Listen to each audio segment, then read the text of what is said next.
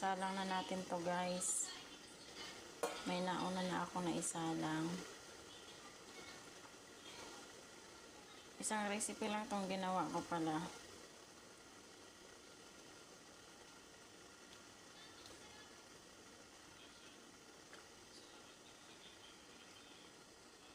Ayan, salang na natin siya sa kumukulong tubig.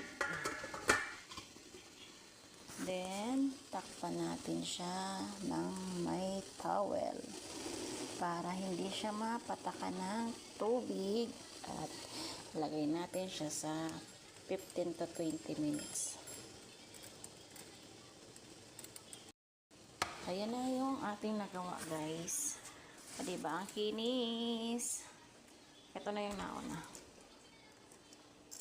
Ay, pang-apat na pala yun. 3 salang na ito.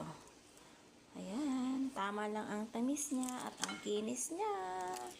Perfect. Mayroon pa ako dito. May isa salang pa ako, isang salang. 2 salang pa yan. Na guys. Butas pa kasi wala pa tayo. Hindi pa tapos.